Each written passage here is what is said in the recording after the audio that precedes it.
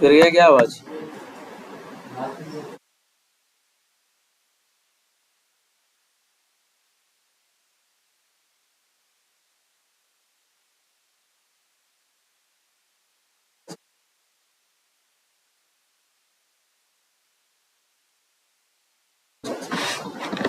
ठीक है, फिर से करते एक बार।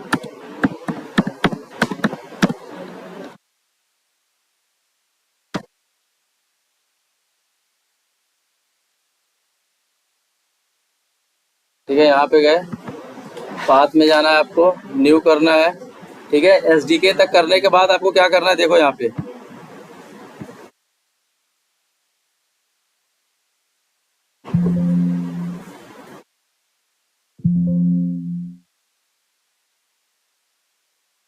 ठीक है, यहाँ पे गए आप, एसडीके आए, एसडीके के बाद ये आपको बिल्ड टूल लेना है, एक ये लेना है। ठीक है, एक सेकेंड यार।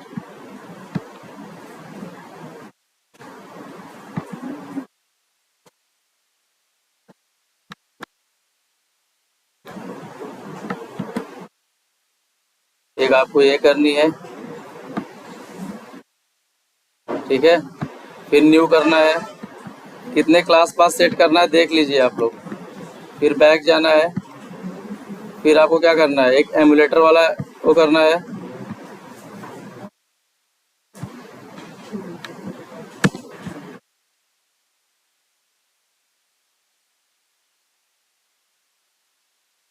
फिर जाइए उस पर,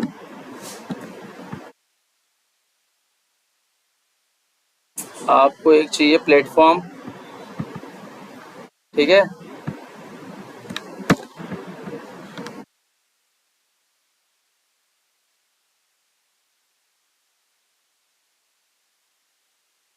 और आपको एक क्लास से क्या, प्लेटफॉर्म टूल्स।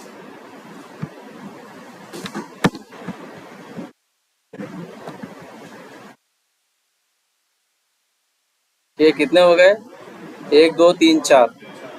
और देखते कुछ रिक्वायरमेंट है क्या, और कोई चीज़ है लेने लायक।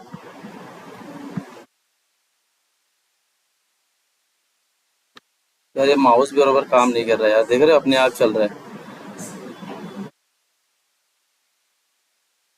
नहीं, वो सही हो जाएगा, हैंग नहीं होगा। ठीक है, इतना ही लेना है। ठीक है, ये अपने आप चल रहा है यार ये तो।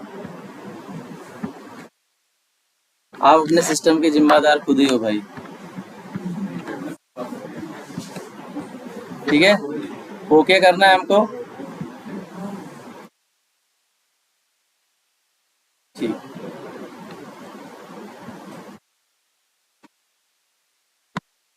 ठीक है, इतनी बात समझ में आई आपको। क्लास पाथ क्या क्या सेट करना है, एसडीके तक जाना है तो पहला चेक सेट करना है। इसके बाद 4 उसके अंदर जाके सेट करना है, बिल्ड टूल, प्लेटफॉर्म और एमुलेटर। एमुलेटर नहीं करोगे तो भी चलेगा, लेकिन वो 3 तो कंपलसरी है।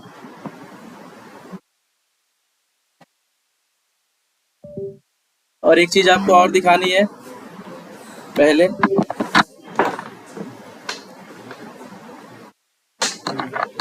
देखो इसमें यार एक्सेप्शन बहुत आती है, ये भी है।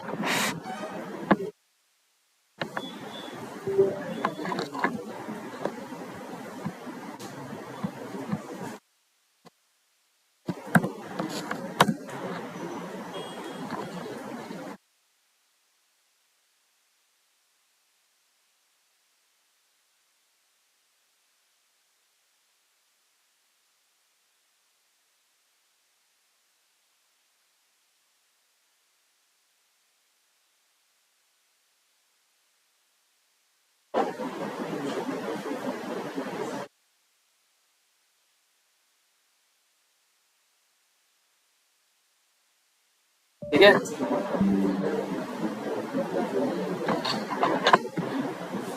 ठीक है, यहाँ पे जब आप जाओगे तो आपको सर्च क्या करना है, देखो फोन में क्या क्या चीजें ऑन करना है, ये भी इंपॉर्टेंट है भाई, ध्यान देना। आपको यहाँ पे सेटिंग्स ढूंढना है, सेटिंग्स पे गए। ठीक है, सेटिंग्स पे जाने के बाद आपको यहाँ सर्च करना है क्या, डेवलपर ऑप्शन। ठीक है, डेवलपर ऑप्शन पे क्लिक करोगे आप इसमें से आपको क्या करना है पता है? ऑन एक करना है आपको यूएसबी डीबगिंग, ये वाली, ठीक है, ये सबको कंपलसरी है, इसको करना है। और सेकंड क्या करना है? बाइट कोड वाला डीबगिंग, दो, ये दो कंपलसरी है। एक और नीचे है कोई,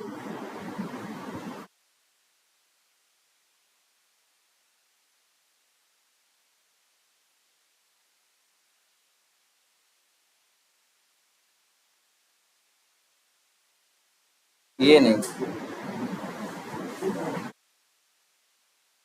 ये परमिशन मॉनिटरिंग वाला, ठीक है। ये तीन आपको करना है। कौन कौन से? एक यूएसबी डीबगिंग वाली, एक बाइट कोड वाला और एक परमिशन मॉनिटरिंग वाली। ये तीन चीजें आपको आपके फोन में क्या करना है? इनेबल करना है, ठीक है। ऐसे यहाँ से डिसेबल होगा, ऐसे करोगे तो इनेबल हो जाएगा। समझ में आया ना सबको? इतनी चीजें आपको फोन में आपको क्या करना है? ऑन करनी है। इसके बाद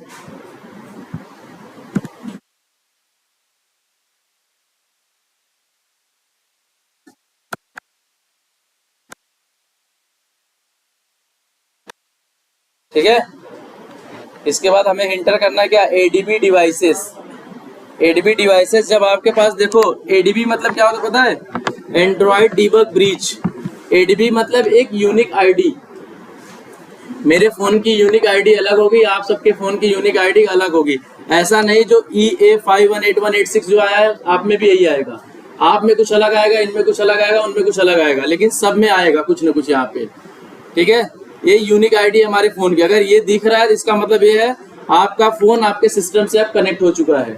वो कनेक्ट होने का रीजन ये था, जब हमने क्या किया, क्लास पास जो हमने सेट किया उससे कनेक्ट हुआ है। इतनी बात सबको क्लियर है? एडीबी डिवाइसेस मतलब यूनिक आईडी है, सबकी यूनिक आईडी है, सबके फोन की अलग अलग यूनिक आईडी होगी, ठीक है। एडीबी डिवाइसेस, हम इसको क्या करते हैं? एग्जिट करते हैं, बाहर निकल आते हैं।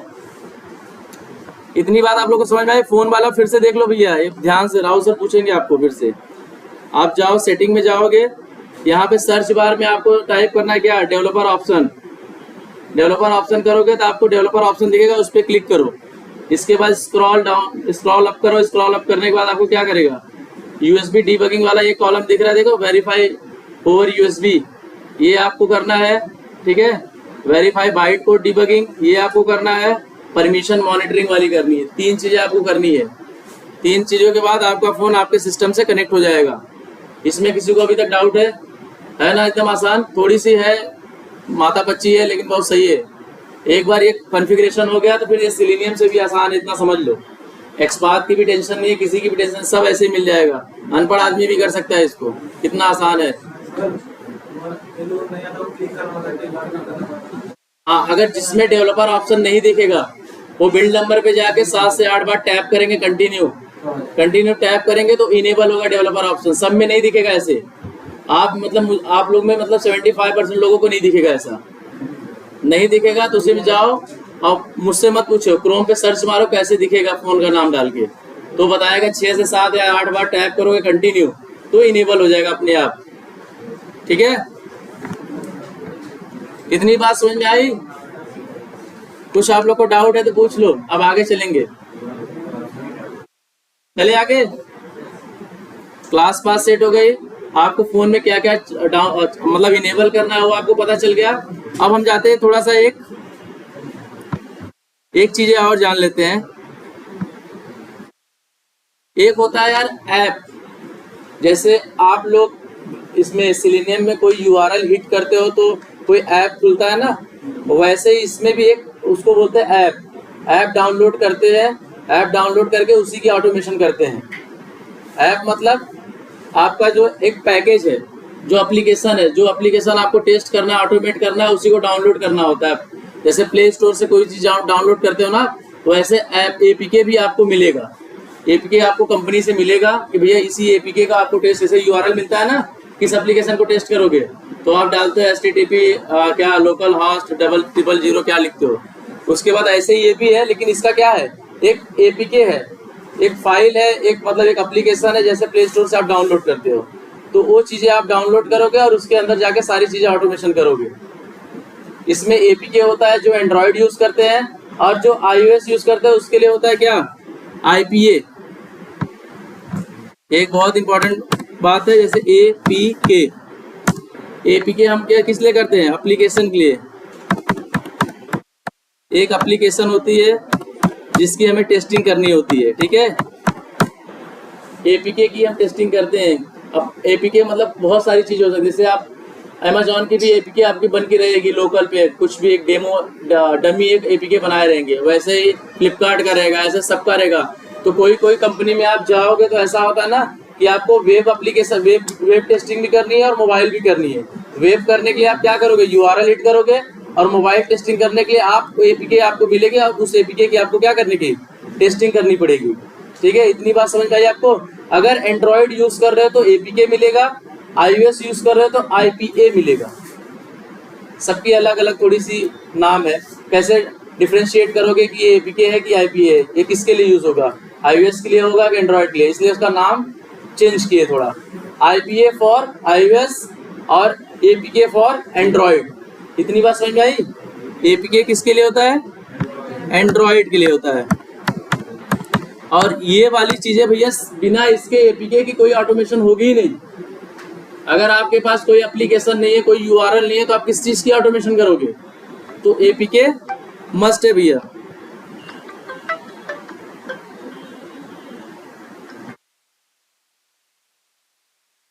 ठीक,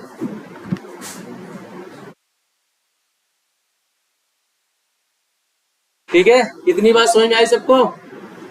मैं आप लोग को क्या ये जो है क्लास पास जो है इस पे लिख के दूं क्या आपके नोट पैड पे, कि आपको समझ में आ गया है। अरे यार देख लेना वीडियो, वीडियो नहीं देखोगे क्या तुम लोग, अपने हिसाब से देखो कि लिख दो। हाँ, मैं बोल दिया तो लिख ही दो, ठीक है।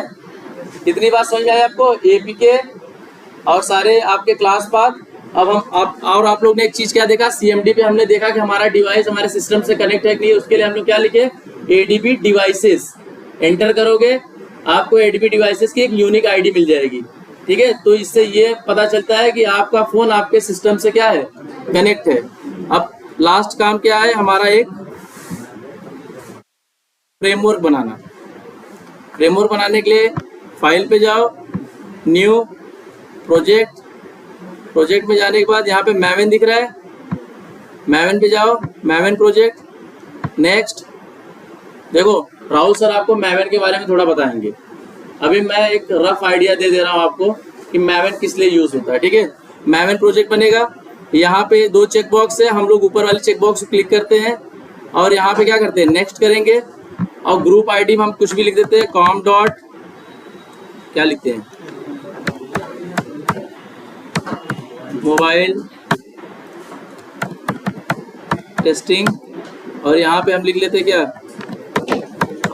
एपीएम टेस्टिंग, ठीक है। ये हमारे प्रोजेक्ट का नाम हो गया। इंटर करेंगे, एक प्रोजेक्ट हमारा बन जाएगा, कहाँ पे, यहाँ पे। और मैवन का खासियत ये है, देखो जावा प्रोजेक्ट पे आपको जे दिखता होगा यहाँ पे, और मैवन पे यहाँ छोटा सा देखो एम दिख रहा है, आपको अभी नहीं दिखेगा, आप थोड़ा बड़ा करोगे तो दिखेगा, ठीक है। ये मैवन प्रोजेक्ट होता है। और मैवन की देखो भैया खासियत ये है कि ये डिपेंडेंसी के लिए यूज होती है। जो जार आप एक्सटर्नली यूज करते हो बाहर से, सिलेनियम और जावा का लगाते हो, बाहर से एक फोल्डर बनाते हो, उसके अंदर आप डालते हो, और इसको यूज करने के बाद, मैवन यूज करने के बाद आप में ये एडवांटेज आएगा भैया, आप सारे को एक क्या करोगे, एक फोल्डर में एक pom.xml करके एक फाइल यहाँ बनेगी, यहाँ पे सारे को यहीं पे मैनेज करोगे, ठीक है। इसी के नीचे, इसी के अंदर सारे को क्या करोगे, इसी में मैनेज करोगे सारी डिपेंडेंसी, सारे जार जो है, जैसे जावा यूज करते हो जावा की, सिलेनियम यूज करते हो सिलेनियम की, टेस्टेंजी आगे यूज करोगे टेस्टेंजी की। अभी आपको रोशन सर ने बताया वांटेड स्टैक वाला एक्सटेंड रिपोर्ट, वो सारी जार कहाँ पे करोगे, यहाँ पे करेंगे। तो सबसे बड़ा काम होता है मैवन का कि डिपेंडेंसी को मैनेज करता है, जार को मैनेज करता है। तो हम क्या करते हैं अभी मोटा मोटा हिसाब से, कौन कौन सी डिपेंडेंसी हमको लगेगी, एक सिलेनियम की लगेगी, एक एपीएम की लगेगी, ठीक है। ये दो करते हैं। जब आप लोग टेस्टेंजी पढ़ लोगे तो हम उसको क्या करेंगे, टेस्टेंजी वाली जार करके टेस्टेंजी पे शिफ्ट कर देंगे आपको। अभी मैवन के लिए हम थोड़ा सा बता दे रहे हैं कि जार कैसे आपको रखनी है, ठीक है। तो आप जाओ, एक साइट है यहाँ पे यहाँ पर आपको नॉर्मली लिखना है MVN रेपोजिटरी, ठीक है। देखो नीचे आ गई ना, इसको हिट करो, यहाँ एंटर करो और यहाँ पे जो आपको जार चाहिए उसका नाम लिखो। जैसे मुझे चाहिए सिलेनियम जावा,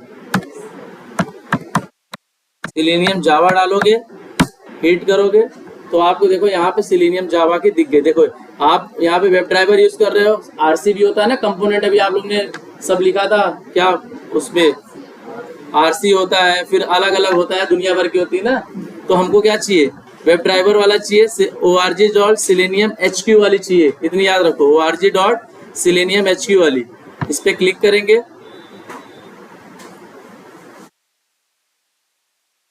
और अभी लेटेस्ट वर्जन कौन सा चल रहा है, 4.21.0 ये चल रहा है, ठीक है।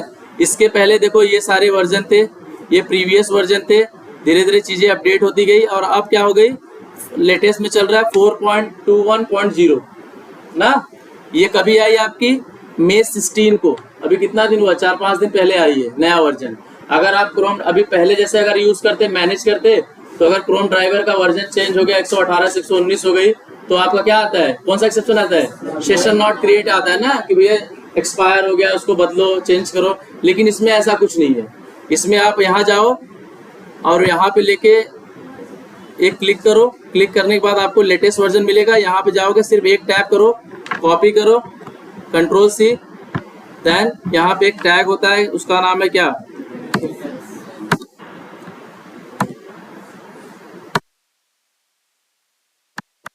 ठीक है, डिपेंडेंसीज। देखो एक टैग है जहाँ एक ओपन हुआ है, एक क्लोज होता है, जैसे आप करते हो इंस्पेक्ट करते हो ना, कहीं से टैग ओपन होता है फिर क्लोज होता है, तो वैसे डिपेंडेंसीज के अंदर आप क्या करोगे, सारे जार को ऐसे मैनेज करोगे। अगर कल को इन फ्यूचर बोले कि भैया अब इसका वर्जन चेंज हो गया है, तो आपको सिर्फ यहाँ जाके ऐसे लिख देना है, तो नया वर्जन आ गया, अपडेट कर दोगे। आपको बार बार क्या करना है, उसको निकाल के उसको ऐड नहीं करना है, डाउनलोड कुछ नहीं करना है, सिर्फ ऐसे करके यहीं पे बदलो जो करना है, अपने आप सारे वर्जन बदलते जाएंगे, ठीक है। ये सबसे मेजर एडवांटेज है मैवेन का। मैवेन इसीलिए पिक्चर में आया क्योंकि ये बिल्ड मैनेजमेंट टूल है और डिपेंडेंसीज को हमारे मैनेज करता है। हमको एक्सटर्नली जार की रिक्वायरमेंट नहीं होती है कि हम बाहर से यहाँ एक फोल्डर बनाए कहीं नीचे जाके और फिर वहां पे जाके क्या करें, डाउनलोड करके वहां अटैच करें। हम डायरेक्ट यहाँ पे जाके क्या करें, कॉपी करें, देन पेस्ट कर दें। पेस्ट करेंगे, हमारा सारा काम यहीं से मैनेज हो जाएगा, ठीक है।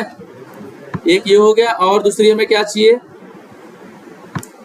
एक तो हमारा हो गया सिलेनियम का, एक हमें चाहिए एपीएम का, एपीएम जावा क्लाइंट, ठीक है, ये वाला जावा का io.apm, इस पे जाओ। और अभी लेटेस्ट वर्जन क्या चल रहा है एपीएम का, 9.2.2, और सिलेनियम का कौन सा लेटेस्ट वर्जन चल रहा है जो आप अभी यूज कर रहे हो, 4.21.0। कोई पूछता है, देखो इंटरव्यू में पूछते हैं कौन सा लेटेस्ट वर्जन अभी चल रहा है, तो आपको पता होना चाहिए। उनको ये नहीं पता है कि आप एक्सटर्नल जार यूज करते हो, क्योंकि उनको ये पता है आप काम कर रहे हो कंपनी में, कंपनी में सारी कंपनियां मैवेन यूज करती है। तो मैवेन में हमें हमेशा क्या करना होता है, टाइम के साथ चीजें अपडेट करनी पड़ती है। अपडेट सिर्फ एक जगह जाके सिर्फ नंबर चेंज कर दो, बस सारी एज इट इज रहेगी। तो हम इसको करेंगे, इस पे क्लिक करेंगे, क्लिक करने के बाद इस पे एक टैप करेंगे, सारी चीजें कॉपी करके आ जाएंगे form.xml में, और यहाँ पे हम क्या करेंगे, पेस्ट कर दिए। अब हमारे पास क्या हो गई, सिलेनियम की हो गई और एपीएम की हो गई, दो ही चाहिए था ना, और किसी को तो चाहिए नहीं। टेस्टनजी अभी नहीं किया तो टेस्टनजी की नहीं चाहिए, टेस्टनजी चाहिए रहेगा तो टेस्टनजी भी यहीं पे मैनेज कर देंगे। फिर हम क्या करेंगे, इसी पे Ctrl+S करेंगे, तो यहाँ पे देखो बिल्डिंग होना चालू हो गया। ये बिल्ड होने में थोड़ा टाइम लगता है क्योंकि ये पहली बार हो रहा है, आप पहली बार मैवेन यूज कर रहे हो, ठीक है। ये थोड़ा टाइम लगेगा, और जब होने के बाद आपको यहाँ पे क्या होगा, एक मैवेन की एक लाइब्रेरी बन जाएगी और उसी लाइब्रेरी में सारी जार आपको मिल जाएगी, अटैच हो जाएगी।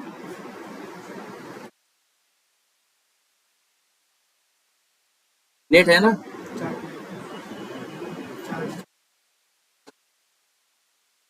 ठीक है, डाउनलोड हो गया आपका। देखो यहाँ पे एक देख रहे हो, एक और फोल्डर बन के आ गई मैवन डिपेंडेंसी। और यहाँ पे जब आप इसको ओपन करोगे तो देखो सारी सिलेनियम की जार आ गई, आपकी एपीएम की जार आ गई, सारे यहाँ पे आ गए आपके। आपको कोई जरूरत नहीं पड़ी कि भैया आप बाहर से लेके आओ, एक फोल्डर बनाओ, फोल्डर के अंदर सारी डाउनलोड करके बाहर से यहाँ अंदर रखो। अगर फिर को कल को नई वर्जन आई तो फिर से इसको डिलीट करो, फिर से नई लेके आके इसमें डालो। मैवन ये आपको फैसिलिटी देता है कि भैया आप यहीं पे जाके एक दो वर्ड बस चेंज कर दो, कितना आसान है, कोई माथा पच्ची नहीं, बिल्ड पाथ करना, ये करना है वो करना है, कुछ नहीं, simple copy then paste it, अपने आप सब सही हो जाएगा यहाँ पे। ठीक है, आप यहाँ जाने के बाद राइट क्लिक करो, मैवन पे जाओ और यहाँ पे अपडेट प्रोजेक्ट करोगे। यहाँ फोर्सफुली कभी कभी जब पहली बार बनाते, जैसे मेरे में तो नहीं आया, अक्सर क्या होता है यहाँ पे एक ना क्रॉस मार्किंग आ जाती है प्रोजेक्ट पे, मैवन जब पहली बार बनाते हो आप। ठीक है, तो यहाँ पे क्या कर देगा, फोर्स पे क्लिक करने के बाद अपडेट करने का ये कर दोगे तो आपकी जो एरर आई रहेगी वो एरर चली जाएगी। ठीक है, इतनी बात सबको समझ में आई है। मैवन का सिर्फ एक बात ही समझो, अभी तक हमने यही बताया कि आप उसमें डिपेंडेंसी मैनेज करते हो। जो बाहर से पहले डिपेंड जार रखते थे, अब वो जार बाहर से डाउनलोड करने की जरूरत नहीं है, डायरेक्ट एक com.xml में आप पेस्ट करते चले जाओ MVN रेपोजिटरी से।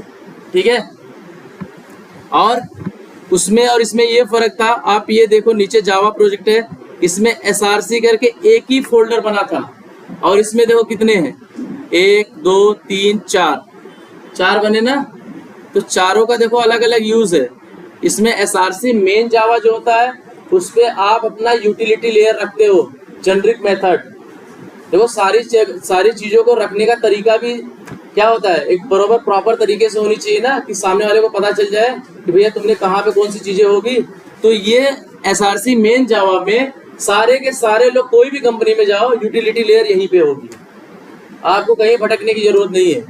SRC मेन जावा में आपकी क्या होगी, जेनरिक लेयर होगी, और एक चीज होगी पेज वाइज क्लास। जो आप पेजेस बना रहे हो, नई नई पेज वाइज क्लास, जब राहुल सर आपको बताएंगे मैवन, तो सारे को लाके इसी में रखेंगे SRC मेन जावा में। और एक नीचे है SRC main resource. SRC main resources में क्या होती है, आप जितनी प्रॉपर्टीज फाइल होती है, जैसे एक्सेल की हो गई, कॉन्फिग प्रॉपर्टीज हो गई, प्रॉपर्टीज फाइल है, प्रॉपर्टीज फाइल पढ़े हो आप लोग? ठीक है, पढ़ो लोग, एक्सेल पढ़े हो ना, एक्सेल की सारी डेटा की जो लेन देन होगी यहीं से होगी, SRC मेन रिसोर्सेज से। और एक आता है SRC test resource. SRC test resource में आपकी जो रनर क्लास होगी, जहां से आपकी स्क्रिप्ट चलती है, वो यहाँ पे मैनेज होती है। और एक नीचे है SRC टेस्ट रिसोर्स, वो बेसिकली बोला जाता है डेवलपर लोग यूज करते हैं, लेकिन हम तो मेजरली 3 ये यूज करते हैं। ठीक है, तो ये 3 पे ही ज्यादा फोकस करो आप, SRC main Java, SRC main resource, SRC test Java. Interview में ये भी पूछते हैं भैया कि आप मैवन में अपना प्रोजेक्ट कैसे मैनेज किए हो, तो आपको लिखना पड़ता है SRC/main/java, फिर बताते हो इसमें यूटिलिटी लेयर रखते हैं, पेज वाइज लेयर रखते हैं, फिर दूसरा वाला लगते हैं, दूसरे वाले में क्या रखते हो वो बताते हो कि भैया इसमें कॉन्फिग प्रॉपर्टीज या प्रॉपर्टीज फाइल या डेटा की लेन देन यहाँ से करते हैं। थर्ड लगते हो आप क्या, SRC टेस्ट जावा, यहाँ से आप अपने सारे स्क्रिप्ट को रन करने की एक क्लास बनाते हो, वहां से सारी स्क्रिप्ट क्या करते हो, रन करते हो, एक्सटेंड करके जैसे भी करते हो। ठीक है, तो ये इतनी बात समझ में आई। और मैवन डिपेंडेंसी आपको जार डाउनलोड करने के बाद सारी चीजें आपको कहाँ दिखेगी, यहाँ पे दिखेगी। ठीक है, अभी हम मैवन सिर्फ आपको इतना ही बताए हैं, बाकी राहुल सर आपको एक दो बातें और बताएंगे इसमें। ठीक है, कुछ चीजें हैं जो उन्होंने बोला अभी हम बाद में बताएंगे, पहले इतना आपको आना चाहिए। इतने में किसी को कुछ दिक्कत है, डाउट है? आसान है ना कि मैवन प्रोजेक्ट बनाना, जैसे जावा प्रोजेक्ट बनाते हो वैसे मैवन को सेलेक्ट करो मैवन प्रोजेक्ट पे, और वो जहाँ ऊपर वाली जो चेक बॉक्स है उसको क्लिक करके आप ग्रुप आईडी और आर्टिफैक्ट आईडी डालो नाम, उसको डालने के बाद आप अपने हिसाब से अपना डिपेंडेंसी मैनेज करो। फिर यहाँ पे जैसे हम लोग वहाँ पे भी पैकेज बनाते हैं, ऐसे यहाँ पे भी पैकेज बनाएंगे। ठीक है, अभी हमने यूटिलिटी लेयर नहीं बनाया मोबाइल के लिए, तो हम इसका यूज नहीं करेंगे। हमें अभी तक कोई डेटा, एक्सेल की डेटा नहीं बनाया, तो हम लोग इसको भी नहीं यूज करेंगे। अभी हम एक बेसिक क्या करेंगे, एक लॉगिन करके या एक आध दो एक्शन परफॉर्म करके देखेंगे, तो किसमें करेंगे, टेस्ट जावा में करेंगे, जहाँ पे रनर क्लास, जहाँ पे हमारे एग्जीक्यूट होगी स्क्रिप्ट। ठीक है, तो यहाँ पे हम एक पैकेज बनाएंगे, पैकेज बनाना है, पैकेज का नाम लिख देते हैं क्या,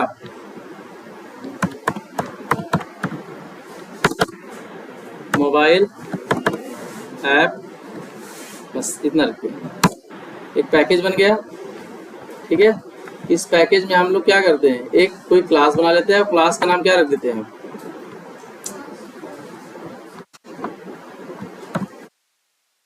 मोबाइल डेमो, ठीक है। इतनी बातें सबको समझ में आई। अब आप देखो, किसी किसी में अगर मैवन नहीं दिखा, बाई चांस वो होता है ना, किसी किसी में मैवन, अब तो सब इक्लिप्स जो नया वर्जन है सब में दिखता ही है, बाई चांस किसी में नहीं दिखा तो आप यहाँ पे जाओगे ना, हेल्प में जाने के बाद इक्लिप्स मार्केट प्लेस पे जाओगे, यहाँ पे आपको डाउनलोड करने के ऑप्शन दिखेंगे। यहाँ पे सर्च करोगे एमवीएन रिपोजिटरी, नहीं M2E डालोगे तो आपको मैवन वाला आपको पहला इंस्टॉल कर लेना पड़ेगा। और राहुल सर भी जब टेस्टिंग इंस्टॉल करवाएंगे तो यहीं से करवाएंगे आपको, ठीक है। इतना याद रख लो, इक्लिप्स मार्केट प्लेस में जब आओगे वहीं से सारी चीजें आप क्या करोगे, इसको बोलते हैं प्लगिंग। कोई चीज आप यहाँ से डाउनलोड करते हो तो प्लगिंग करते हो, जोड़ते हो उस चीज को। और जो हम अभी मैवन रिपोजिटरी pom.xml में जो चीजें मेंशन की हैं उसको डिपेंडेंसी बोलते हैं, जार, ठीक है। इसको क्या बोलते हैं, प्लगिंग। जैसे अभी हमारे में देखो टेस्ट इंजन नहीं है तो हम यहाँ पे टेस्ट इंजन लिखेंगे और हिट इंटर करेंगे, यहाँ पे आपको टेस्ट इंजन के ऑप्शन दिखेंगे। देखो यहाँ पे टेस्ट इंजन फॉर इक्लिप्स अभी नहीं इंस्टॉल है तो इसलिए क्या लिखा है, इंस्टॉल है शायद इसमें, हाँ इंस्टॉल्ड है। अगर नहीं होता तो इंस्टॉल लिखा रहता, ठीक है। इसमें इंस्टॉल है, आप यहीं से सारी चीजें करोगे, ठीक है। एक चीजें और आप देख लो बेसिक, एक होती भैया आपकी, अच्छा आपको ये पता है आप लोग ऐसे डायरेक्ट करते system.set.out करते हो कि डायरेक्ट न्यू क्रोम ड्राइवर से लॉन्च होता है, डायरेक्ट होता है ना, ठीक। अभी एक क्लास और है जो सेलेनियम प्रोवाइड करता है, उसका नाम है क्या, न्यू, सॉरी मेरे मिस्टेक, इसके अंदर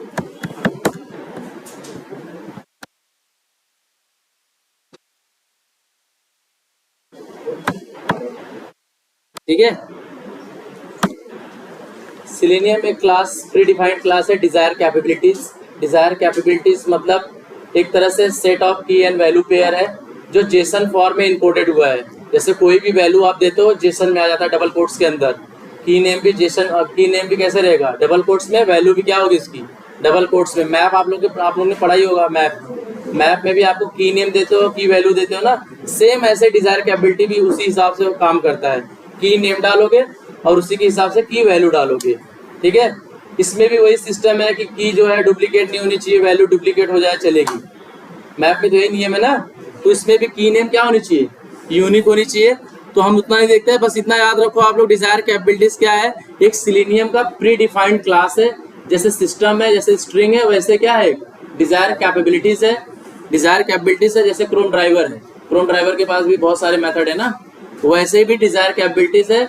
और डिजायर कैपेबिलिटीज में हम क्या रखते हैं, की नेम और की वैल्यू के पेयर में अपनी डेटा, जैसे किस फोन पे चला रहे हो, कौन सा प्लेटफॉर्म यूज कर रहे हो, एंड्रॉयड यूज कर रहे हो कि iOS यूज कर रहे हो, कौन सी डिवाइस यूज कर रहे हो, ADB डिवाइसेस का नाम लिखेंगे, UDID का सारी वैल्यू डालेंगे, ऐप का लोकेशन डालेंगे, कहाँ पे हमारा ऐप रखा हुआ है।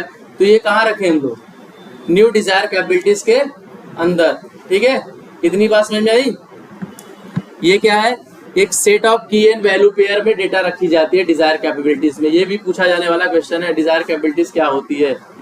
तो आपको सिंपल बताना है कि सेलेनियम का एक प्री डिफाइंड क्लास है जो कि मैप की तरह बिहेव करता है, ठीक है। की नेम और की वैल्यू के पेयर में हम क्या करते हैं, इसमें डेटा डालते हैं, ठीक है। तो हम क्या करते हैं, इसको कॉपी पेस्ट करते हैं, Ctrl+C, यहाँ पे लिख देते हैं कैप लिख देते, चलो ये कर दिए। ये ऑटोमेटिक देखो यहाँ पे इंपोर्ट हो गया ना। अगर यहाँ पे कभी एरर आया तो इंपोर्ट करने को बोलेगा तो इंपोर्ट कर देना, एरर चली जाएगी।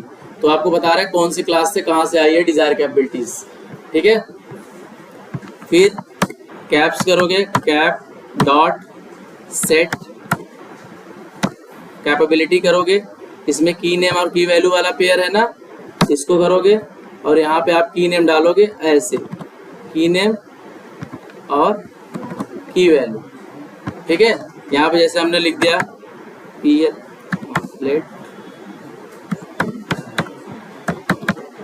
प्लेटफॉर्म नेम, ठीक है। प्लेटफॉर्म नेम अभी हम किस पे चला रहे हैं, एंड्रॉयड, तो हम लोग क्या लिखेंगे, एंड्रॉयड, ऐसे। तो वैसे ही सबका लिखना है आपको, ठीक है। कंट्रोल सी करो, इंटर करो, ऐसे करो, फिर इंटर करो। अब यहाँ पे प्लेटफॉर्म नेम है तो यहाँ पे क्या हो जाएगा, प्लेटफॉर्म वर्जन, कौन से वर्जन पे चल रही है, वर्जन का नाम डालना है। जैसे आपको अपने फ़ोन का नाम डालना है, जैसे मेरे फ़ोन का 13 है तो मैं 13 डालूंगा, आप अपने हिसाब से अपने फ़ोन का डालोगे, कोई यहाँ से कॉपी पेस्ट नहीं होगा, जो आपके फ़ोन में है वही डालना है आपको, ठीक है।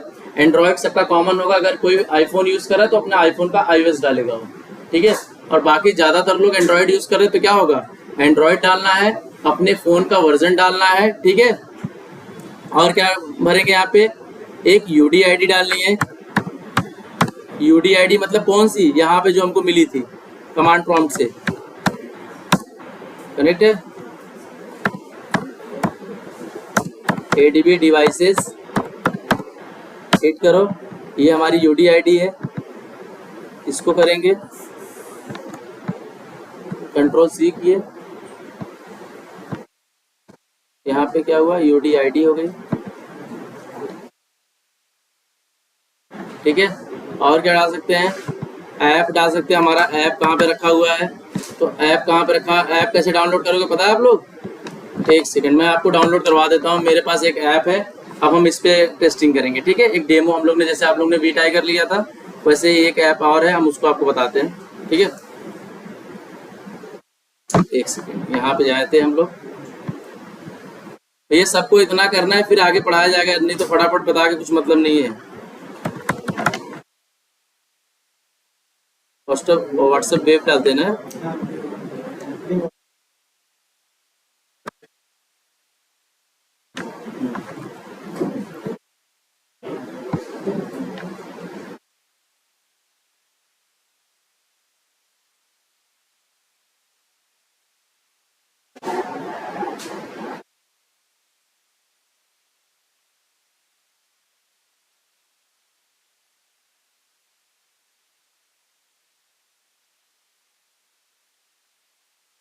ये सबको आती है ना व्हाट्सएप कैसे कनेक्ट करते हैं, हाँ ध्यान से ध्यान,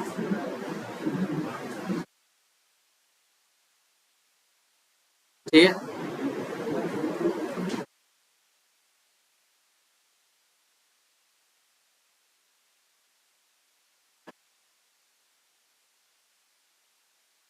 चार्ज नहीं, बैठ जाएगी।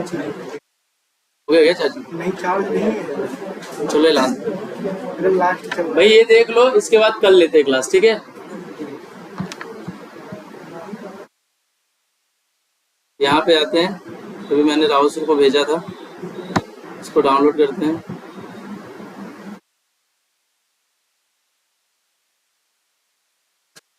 ठीक है।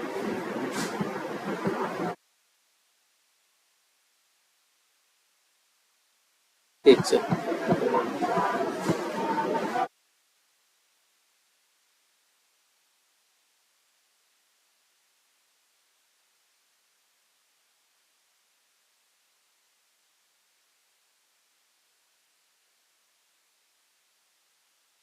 सबको ऐसे ही डाउनलोड करना है, सबको मैं भेज दूंगा आपके उस पर व्हाट्सएप के, आपके ग्रुप पे किसी को भेज देना एक जन भाई, ठीक है। नहीं तो मैं आप लोग को भेज दूंगा, आप लोग भेज देना, सर्कुलेट कर लेना अपने उसमें ग्रुप में, हाँ पाई ग्रुप में भी कर देना भैया, पाई में शायद मैं नहीं हूँ, मैं भेज दूँगा, ठीक है। तो चलो पाई ग्रुप में भेज दूंगा मैं, ऐसे ही करना है आप लोग को। आपके जब व्हाट्सएप पे आ जाएगा तो आप यहाँ से क्या करोगे, डाउनलोड कर लेना, आपके सिस्टम पे हो जाएगा, ठीक है। इसके बाद वो ऐप जहाँ भी रखोगे वहाँ से डाउनलोड में जाएगा, वहाँ से कॉपी करना, लेके जाना कहीं पे रख देना जहाँ अपने हिसाब से, जैसे सी में नहीं रखते, डी में रखते, ई में रखते, अपने हिसाब से कोई लोकेशन चूज कर लेना, वहाँ पे एक फोल्डर बनाना किसी नाम का, जैसे माई APK या APK कुछ करके बनाना, और उसी फोल्डर के अंदर जाके उसको पेस्ट करना और उसकी लोकेशन देना है। मैं बता दे रहा हूँ आपको कैसे करना है, इसको दिखा देते हैं फिर आगे जाते हैं। अब तो लोकेशन पे रख लोगे ना, कोई दिक्कत तो नहीं है कि दिखाना पड़ेगा। चलो पहले ये डाउनलोड करो फिर दिखा देंगे, ठीक है। तो चलो फिर आज इतना ही करते हैं, अब कल देखते हैं फिर। अब कल भैया उतना कर लो तब आगे क्लास चलेगी, नहीं तो अब आगे क्लास नहीं चलेगी। पहले उतना कर लो सब।